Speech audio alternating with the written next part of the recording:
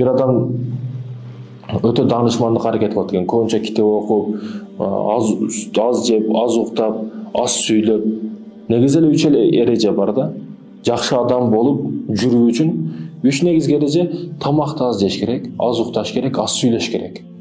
Бүгүн байкасак көп сөз толуп кетти. Көп сөз, өтө көп сөз. Бүгүн сөздөн комментарийлерге өткөн, жазуу түрүнө өткөн, жазуу түрүндө дагы өтө толтуруп сөздөр, бекер сөздөр, болбогон сөздөр, убакыт кетирген жөнөкөй эле сөздөр да. Кыйбат сөздөр, ушак сөздөр. Курсак тойбош керек.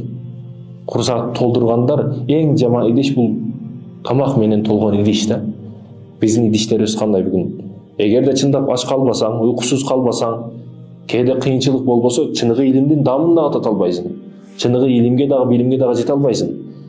А студенттин колунда акча толуп, чөнтөгү акчага, долларга толуп турса, бүгүн кайсы чайханада чай ичет экенмин, бүгүн кайсы кыздар менен зыяпат кылат экенмин, кандай жыргачылыктын түрүн тартат экенмин, ал окуу деген нерсе ал оюна дагы келбейт. Ошондуктан илим, билим ачкачылыкка, кыйынчылыкка жашырылган. Каяктагы бир мусулман мамлекеттерге барып, ичинен илим таап окуп келесиң да.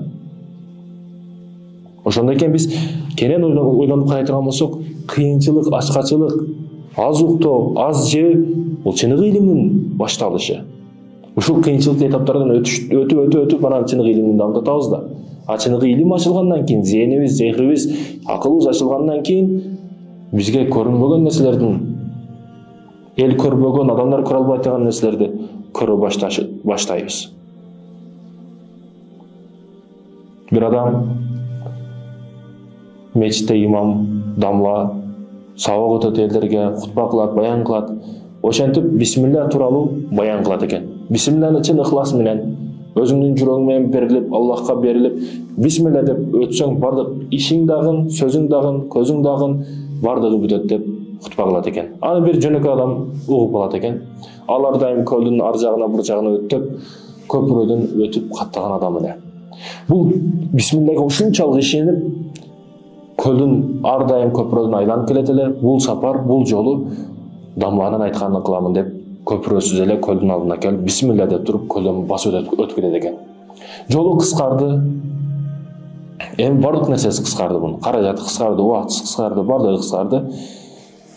Базарына, ишине, жумушуна ошол көлдөн эле каттап бисмилланы айтып барып келе турган болуп калды эми бул. Ыхлас, чыныгы ыхлас менен берилип айткандыгы үчүн. Аялы күндөрдөн бир күн сизге ушул эрежени жаттаткан, үйрөткөн имамды үйгө чакырыңыз, кичине ыраазычылык билдирип коелу деп ошондой сөздөрүн айтат. Карасаңыз, аялы дагы кандай жакшы аял. Бул дагы бала түшүндү. Албетте чакырабыз, аны конок сыйлабасак болбойт. Ушундай нерсени үйрөткөн.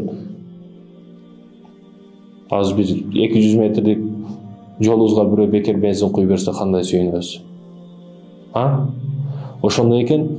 Бул дагы ыраазычылык билдирейин деп бир күн мешитке барат. Мешитке барып дамлага келип, дамла ушундай нерсени үйрөттүңүз, ыраазычылык билдирейин сизге, жүрүңүз чай ичели, бир үйүмө конокко, бардык нерсени даяр кылып, үйдө аялым төрт көзү менен сизди күтүп атат деп. Ошентип дамланы конокко чакырат экен үйүнө. Бул дагы дамла менен келип, көлдүн алдына келип, аксакал бисмилля деп туруп, бисмилланы айтып басышты баштайт көлдөн. Бирок дамла ойлонуп көлдүн жээгинде туруп калат. Турат экен, баягы аксакалга карап, аксакал буну карайт, бул аксакалды карайт. Баспайсызбы дамла? Жок. Жүрүңүз, мен үйүм ушул жакта десе, сиз чын ыхлас менен берилип, Аллахка берилип, бисмилля деп бастыңыз. Бирок мага бул сөзгө айтууга ыхлас бар эле, бирок бул нерсени кылууга менде ыхлас жок. Мен азыр чөгүп кетем бул жерде дейт. Ошондой экен чыныгы ыхлас маселеси, урматтуу мекенештер. Чыныгы ыхлас, чыныгы берилүү, Аллахка карата берилүү.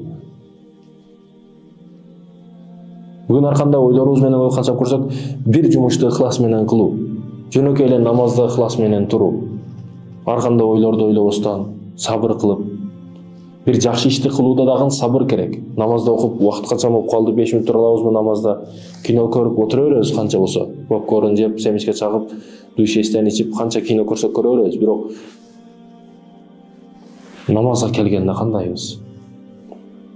Намазда сабырыбыз барбы?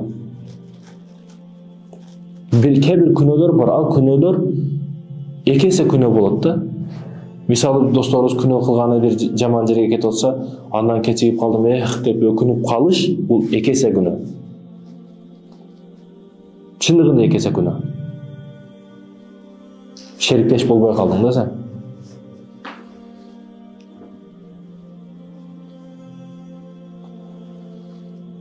Ошондой экен, урматтуу мекендештерим.